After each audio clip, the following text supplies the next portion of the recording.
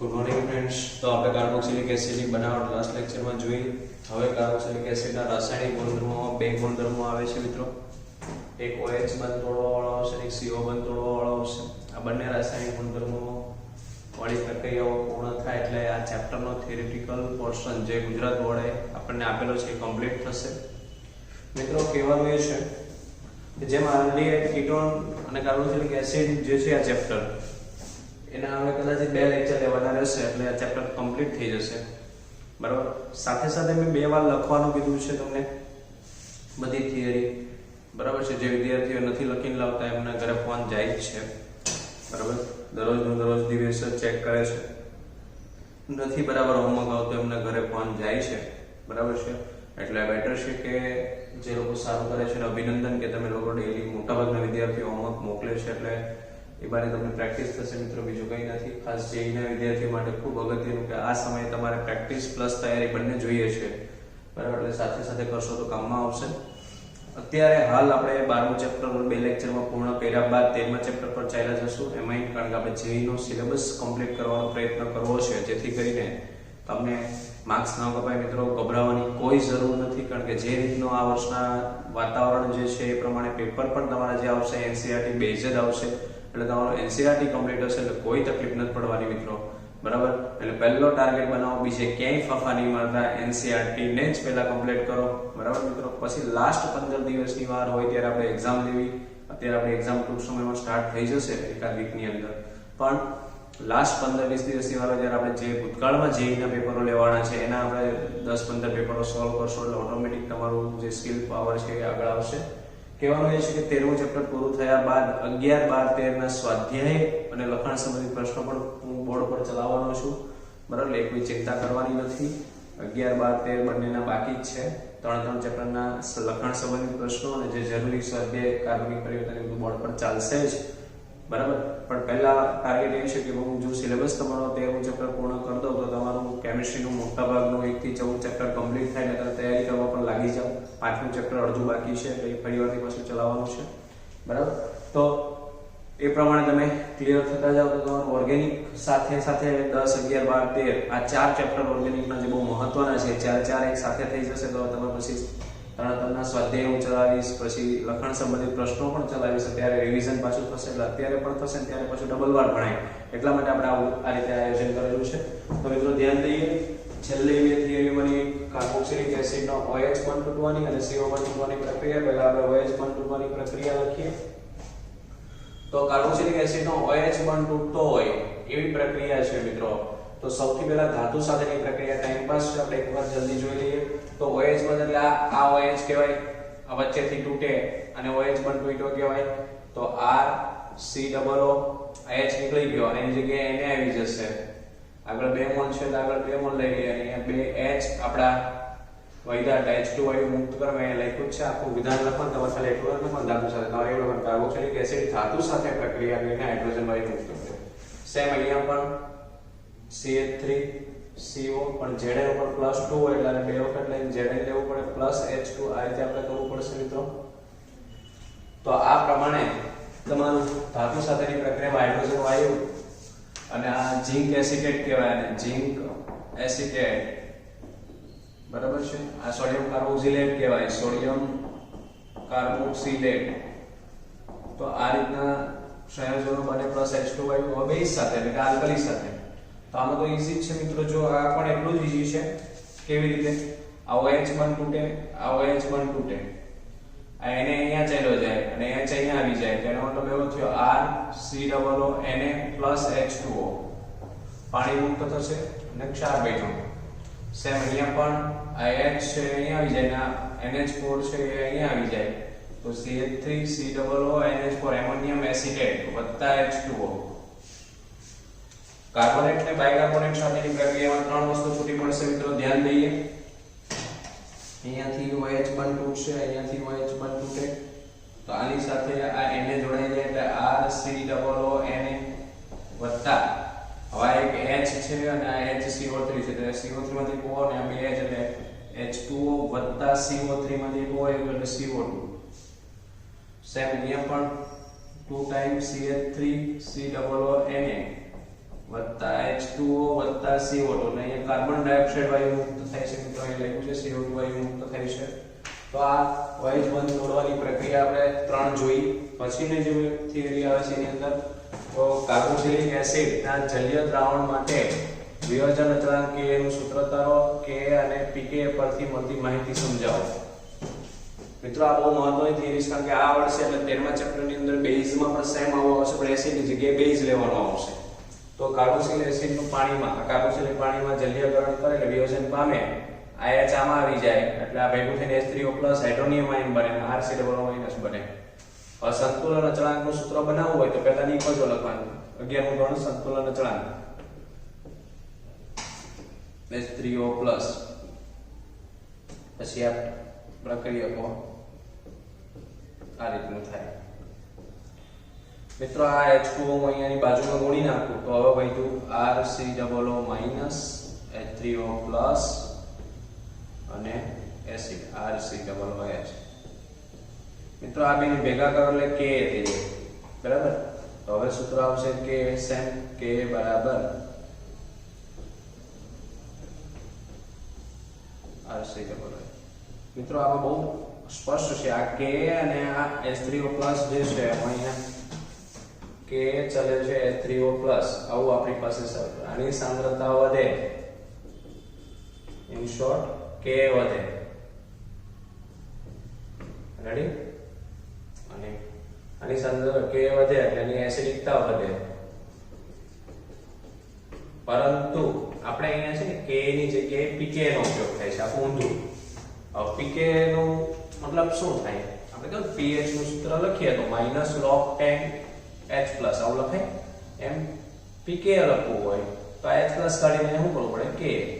H+ કાઢીને K. મિત્રો સમજો. સોરી. તો કહેવાનું એ છે કે અહીંયા આ સંતુલન અચળાંક હતું કે વિયોજન અચળાંક છે. અનુકૂળતા માટે એસિડની પ્રબળતાને સામાન્ય રીતે K ની બદલે pK વડે મેં સમજાવ્યું. K ની જગ્યાએ આ K ની જગ્યાએ કોનો ઉપયોગ થાય? pK નો. તો સૂત્ર છે મિત્રો અહીંયા K અને pK નું. પરંતુ આપણે કેમેરાને સેટ કરીએ જેથી કરીને વિભાગ તમને અત્યારે દેખાતો નહીં હોય, દેખાય. કેમેરા સેટ કરી લઈએ આપણે પહેલા, જેથી કરીને બધા વિદ્યાર્થીઓ સરળતાથી જોઈ શકે. થિંક હવે મારા ખ્યાલ પ્રમાણે સેટ થઈ ગયો હશે. આ બધાને દેખાતું હશે કમ્પ્લીટ. તો મિત્રો જો ત્યાં છે લખ્યું છે સેમમાં લખ્યું છે pK -log K, અહીંયા એ સૂત્ર છે. હવે જો મતલબમાં pK K કરતા ઉલટું છે એટલે ઊંધું વિચાર તો HCl માટે -7 વેલ્યુ છે pK ની. જ્યારે ટ્રાઇફ્લોરોએસિટિક એસિડ, ટ્રાઇફ્લોરો આ ખનિજ એસિડ હતો, HCl જરા કાર્બનિક એસિડ છે. ટ્રાઇફ્લોરોએસિટિક એસિડ સૌથી પ્રબળ કાર્બોક્સિલિક એસિડ, પછી બેન્ઝોઇક એસિડ અને એસિટિક એસિડ ના અનુક્રમે આપેલા. જો ટ્રાઇફ્લોરો ના -0.23 છે, બેન્ઝોઇક એસિડ ના 4.19 છે અને એસિટિક એસિડ ના 4.76 છે. તો આમાંથી વેલ્યુ નાની કોની? -7. જેમ pK નાનો, pK નું મૂલ્ય ઓછું, એમ એસિડિક પ્રબળતા વધુ, એસિડિક પ્રબળતા વધુ. તો સૌથી આ ચારે ચારમાં સૌથી વધુ HCl, પછી કોણ આવે? ટ્રાઇક્લોરો, કારણ કે 23 છે, પછી આ આવે, પછી આ. તો એસિડના pK નું મૂલ્ય જેટલું ઓછું તેટલી તેની પ્રબળતા વધુ હોય છે, એટલે સારો પ્રોટોન દાતા. તો આપણી પાસે એક કોષ્ટક બનશે pK નું મૂલ્ય અને એ એસિડ કેવો છે પ્રબળ ની પણ. તો મિત્રો ધ્યાન દઈએ, આ <1 મતલબમાં 1 કરતા ઓછું હોય ત્યારે એસિડ કેવો ગણાશે? પ્રબળ. pK નું મૂલ્ય 1 કરતા ઓછું હોય ત્યારે પ્રબળ. 1 થી 5 ની વચ્ચે હોય ત્યારે મધ્યમ પ્રબળ એસિડ. ધ્યાન આપજો, 1 થી 5 ની વચ્ચે pK હોય ત્યારે મધ્યમ પ્રબળ એસિડ. 5 થી 15 ની વચ્ચે હોય, મિત્રો ધ્યાન આપજો, 1 થી 5 હતું, 5 થી 15 ત્યારે નિર્બળ એસિડ, અને 15 કરતા વધુ હોય એ અતિ નિર્બળ એસિડ તરીકે ઓળખાય.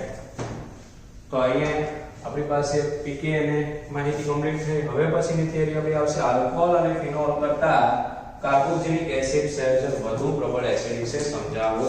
ઉત્તરમાં પૂછાયેલી થિયરી છે કે ભાઈ આલ્કોહોલ અને ફિનોલ બંને કરતા કાર્બોક્સિલિક એસિડ વધુ પ્રબળ એસિડિક છે, સમજાવો. પહેલા મિત્રો આને આ થિયરી સમજવા માટે આ pK અને આ બધી વસ્તુ સમજવી ખૂબ જરૂરી છે. તો પહેલા આપણે જોઈ લો, પછી આપણે થિયરી સ્ટાર્ટ કરીએ, બરાબર મિત્રો? પહેલા જુઓ.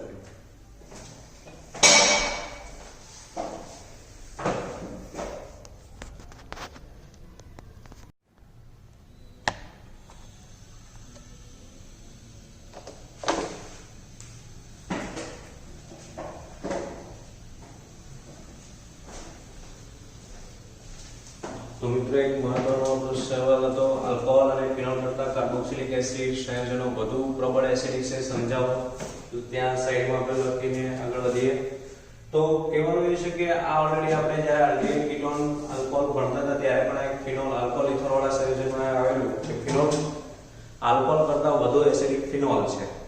તો હવે પછી એવો સવાલ આવ્યો, આલ્કોહોલ અને ફિનોલ કરતા વધુ એસિડિક કાર્બોક્સિલિક એસિડ છે. તો સમજવા, જ્યારે આલ્કોહોલ ફિનોલ હોય ત્યારે તમારે વર્ણન કઈ રીતનું લખવાનું હોય ત્યારે મેં થિયરી ચલાવેલી મુજબ સાથે હું અહીંયા રિવિઝન પણ લઈ લઈશ. પણ આલ્કોહોલ અને ફિનોલ બંને કરતા વધુ એસિડિક કાર્બોક્સિલિક એસિડ છે એ સમજવા માટે ધ્યાન દઈએ. આ વર્ણન ખાલી ટાઈમ પાસ છે, હું આ સમજાવી દઉં પછી વર્ણન સમજાવી. ધ્યાન દઈએ મિત્રો. આલ્કોહોલને પાણી સાથે જલીય દ્રાવણ એમનું કરવામાં આવે તો આ H અહીંયા આવી જાય એટલે H3O+ એસિડ બતાવે અને આ આપણી પાસે આ રીતનું રહે.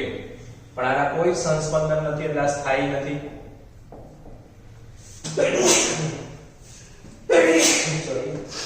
આ જે છે એ સ્થાનીકૃત છે મિત્રો, એટલે ઓક્સિજન ત્યાં રહેશે. ઓક્સિજન ના અંદર જે ઇલેક્ટ્રોન યુગ્મ છે આ એ ત્યાં રહેશે, સ્થાયી ત્યાં, એટલે આખું સંયોજન સ્થાયી નથી પણ ઇલેક્ટ્રોન યુગ્મ સ્થાનીકૃત છે એટલે ત્યાં રહેશે, ક્યાંય જશે નહીં. સંસ્પંદન દર્શાવની ટૂંકમાં સંસ્પંદન દર્શાવતા નથી એટલે સ્થાયી નથી, માટે ઓછા એસિડ છે. ચાલો હવે ધ્યાન દઈએ ફિનોલ. તો ફિનોલ ની અંદર મિત્રો શું થશે? આ H છે અને અહીંયા ઉપર છે એટલે H3O+ માઈનસ કર્યું તો અહીંયા આ રીતનું માઈનસ વીજભાર આવી જશે. હવે મિત્રો જો શું કરીએ, 6 છે તો એમાંથી 2 ને હું અહીંયા બોન્ડમાં લઈ લઉં તો અહીંયા ડબલ બોન્ડ હોય એને મારે બહાર કાઢવો પડે. આપણે બહુ આગળ ભણેલા છીએ, પછી રિવિઝન કરીએ છીએ. તો આ બોન્ડ અહીંયા આવશે એટલે ડબલ બોન્ડ થઈ ગયા. હવે અહીંયા 6 ના 4 થઈ ગયા એટલે 2 યુગ્મ. આ જે છે અહીંયા બહાર આવી ગયા 2 ટપકા, માઈનસ વીજભાર લખો તો લખી શકાય. પેલું બંધારણ આવું મળ્યું, આ સંસ્પંદન થયું કહેવાય. હવે બીજું અહીંયા આવે તો આ અહીંયા બહાર જશે તો અહીંયા બોન્ડ આવી ગયો, કારણ કે 2 ટપકા અંદર ગયા તો 2 ટપકા અહીંયા બહાર આવશે એટલે અહીંયા માઈનસ થઈ જશે. અહીંયા ડબલ બોન્ડ જે છે એ સ્થિતિ બેઠી રહેશે. ચાલો મિત્રો, આ બધું આપણે બહુ ઉતાવળ પડી ગયેલા. હવે આને આપણે અહીંયા લઈ જઈએ તો આને અહીંયા બહાર લેવા પડે. તો અહીંયા છે, અહીંયા છે, અહીંયા 2 ટપકા આવી ગયા જે છે એમ જ રહેશે 4 વાળું. ચાલો હવે મિત્રો શું કરશું, આ જે છે આ 2 ટપકા એ અંદર જશે એટલે ઓટોમેટિક આ એકને અહીંયા બહાર જવું પડશે. એટલે એક અહીંયા એવું, એક અહીંયા આ જે છે અહીંયા સિંગલ બોન્ડ થઈ જશે અને બહાર 2 ટપકા જશે એટલે માઈનસ આ ઉલટું થઈ ગયું. તો આ પ્રમાણેના સંસ્પંદન જોવા મળે છે મિત્રો. ચલો હવે આ સંસ્પંદન બંધારણો જોયા બરાબર. તો આની અંદર એક વસ્તુ જોઈ કે આ ઋણ વીજભાર છે ને અહીંયા કાર્બન પર છે, અહીંયા ઓક્સિજન પર, અહીંયા કાર્બન પર, અહીંયા કાર્બન પર છે, અહીંયા કાર્બન પર છે. ઇન શોર્ટ ફિનોક્સાઇડ આયનમાં 2 વસ્તુ જોવા મળી, કાર્બન પર પણ ઋણ વીજભાર જોવા મળ્યો અને ઓક્સિજન પર પણ જોવા મળ્યો બરાબર. ને આમાં તમે જોજો રૂલ્સ એવું કે એકદમ વધુ વિદ્યુત ઋણ પર રહીને ઓક્સિજન ઉપર ઋણ વીજભાર રહે તો એની સ્થાયીતા વધે અને એસિડિકતા વધે. હવે જો આમાં પણ એવું છે, આ H અહીંયા ચાલ્યો એટલે H3O+ દૂર થઈ ગયા તો અહીંયા 6 ટપકા થઈ જશે ડાયરેક્ટ. હવે હું આ 6 માંથી 2 ટપકાને હું અહીંયા લઉં તો આને બહાર જવું પડે અહીંયા. તો ઓલરેડી અહીંયા 4 ટપકા હતા અને બીજા આવ્યા 2 એટલે 6 આ બાજુ આવી ગયા. 6 આવે ત્યારે ઋણ વીજભાર આવે અને અહીંયા 4 થઈ ગયા અને ડબલ બોન્ડ આવી ગયો. આ બેને ભેગું દર્શાવવું હોય તો 2 બાજુ ડબલ બોન્ડ ટ્રાન્સફર થઈ શકે એટલે અહીંયા વચ્ચે ઋણ લખી શકાય. અહીંયા જો ઋણ વીજભાર ઓક્સિજન પર હતો, અહીંયા ઋણ વીજભાર ઓક્સિજન એટલે વધુ વિદ્યુત ઋણ પર જ ઋણ વીજભાર રહે છે આમાં. જ્યારે ઋણ વીજભાર ઓક્સિજન પરથી કાર્બન પર જશે, અહીંયા કાર્બન છે, જો આ કાર્બન પર ગયો, અહીંયા પણ આ કાર્બન છે, કાર્બન પર, અહીંયા પણ કાર્બન પર, તો કાર્બન અને ઓક્સિજન બંને પર આમાં રહે ફિનોલમાં. જ્યારે આમાં તો બંને ઓક્સિજન પર જ ઋણ વીજભાર રહે છે એટલે વધુ એસિડિકતા કાર્બોક્સિલિક એસિડની રહેશે. આ વર્ણન ખાલી જનરલી વાંચવા પૂરતું આપણે વાંચીએ છીએ. કાર્બોક્સિલિક એસિડ સંયોજનો ખનિજ એસિડ, ખનિજ અને HCl H2SO4 HNO3 તો સૌથી વધુ એસિડિક કહેવાય એટલે એની કમ્પેરિઝન ન થાય. એટલે કાર્બોક્સિલિક એસિડ સંયોજનો ખનિજ એસિડ સંયોજનો કરતા નિર્બળ, કારણ કે બહુ પ્રબળ ગણાય સલ્ફ્યુરિક એસિડ ની બધા, પણ તેઓ આલ્કોહોલ અને ફિનોલ કરતા પ્રબળ એસિડ છે. કાર્બોક્સિલિક એસિડનો સંયુગ્મી બેઝ કાર્બોક્સિલેટ. આ જે છે આપણે કહીએ પાણી સાથે પ્રક્રિયા થઈને આ બન્યું, આ સંયુગ્મી બેઝ કહેવાય એનો કાર્બોક્સિલેટ. 2 સમતુલ્ય સંસ્પંદન બંધારણો દ્વારા સ્થાયીતા પ્રાપ્ત કરે જેમાં ઋણ વીજભાર વધુ વિદ્યુત ઋણમય ઓક્સિજન પરમાણુ પર રહેલો છે. 2 બંધારણો સંસ્પંદન મળે છે અને બંનેમાં ઋણ વીજભાર ઓક્સિજન પર રહેલો છે. ફિનોલનો સંયુગ્મ બેઝ અહીંયા ફિનોલિક પાણી સાથે પ્રક્રિયા કરીને ફિનોક્સાઇડ જે બેઝ એટલે એનો સંયુગ્મ બેઝ કહેવાય એ અસમતુલ્ય સંસ્પંદન બંધારણ છે બધા અલગ અલગ જેમાં ઋણ વીજભાર ઓછા વિદ્યુત ઋણ કાર્બન કરેલો છે તેથી ફિનોક્સાઇડનું સંસ્પંદન જેટલું મહત્વનું કાર્બન કારણ કે ઓછો વિદ્યુત ઋણ છે જ્યારે ઓક્સિજન આમાં ઓક્સિજન વધુ વિદ્યુત ઋણ પર ઋણ વીજભાર આવે તો એ સારું પડે પણ કાર્બન ધન છે એટલે પર ઋણ આવશે તો એ તકલીફમાં મૂકશે એટલે કાર્બોક્સિલિક આયનનું એટલું મહત્વ જળવાતું નથી વધુમાં કાર્બોક્સિલિક આયનમાં બે ઓક્સિજન પરમાણુ પર ઋણ વીજભાર વિસ્થાનીકૃત થયેલો વિસ્થાનીકૃતનો મતલબ શું એનું વિસ્થાપન થાય કે આમાં જાય બોન્ડમાં બધી ફેર્યા રાખે જ્યારે ફિનોક્સાઇડ આયનમાં તે ઓક્સિજન પરમાણુ પર અને ઓછા વિદ્યુત કાર્બન પરમાણુ પર ઓછી હશે બેમાં વિસ્થાનીકૃત થાય ઓક્સિજન પરથી કાર્બન પરથી એવી રીતે હોય છે પરંતુ કાર્બન ઓછો વિદ્યુત ઋણ છે એટલે થોડુંક આની કરતાની એસિડિકતા ઘટી જશે આ ત્રણેય બંધારણો લખી દો આમ કાર્બોક્સિલિક આયન ફિનોક્સાઇડ આયન કરતા વધુ સ્થાયી છે તેથી કાર્બોક્સિલિક એસિડ સંયોજનો ફિનોલ કરતા વધુ એસિડિક છે ખનિજ એસિડ HCl H2SO3 અને સલ્ફોનિક એસિડ કરતા નિર્બળ છે પહેલો મુદ્દો હતો તો મિત્રો અહીંયા આ થિયરી આપણે બુકમાં બરાબર આપી નથી કારણ કે થોડુંક આ ખાલી વર્ણન આપ્યું છે આ કાંઈ આપ્યું નથી બંધારણ પરંતુ જૂના સિલેબસમાં હતું એટલે મેં સમજાવ્યું કારણ કે આના ઉપરથી જલ્દી તમે આ વર્ણન આ કંઈ મૂકવાનું નથી આની ઉપરથી જ લખવાનું છે કે ભાઈ આમાં ઓક્સિજન બંને છે વધુ વિદ્યુત ઋણ પર ઓક્સિજન પર ઋણ વીજભાર સ્થાયી થયેલો છે એટલે સ્થાયીતા વધશે એટલે એસિડ પ્રબળતા વધશે આમાં ઓક્સિજન અને કાર્બન બંને પર ઋણ વીજભાર છે એટલે આના કરતાની એસિડિક પ્રબળતા ઓછી થશે આમાં તો સ્થાયીતા છે જ નહીં માટે ઓછો એસિડિક હોય છે આવો મુદ્દો આપણે આ જે સમીકરણ છે એના પર તેમાં લખી શકીએ જાતે બરાબર છે એવું જરૂરી નથી મેં લખ્યું સમીકરણ પરથી પણ લખી શકો મિત્રો તો અહીંયા આપણે આ થિયરી કમ્પ્લીટ કરીએ છીએ OH માં તોડવા માટેનો અને એસિડિક પ્રબળતા વાળો હજી આપણે એક એસિડિક માટે જોવાનું છે બરાબર પહેલા આપણે એટલું જોઈ લઈએ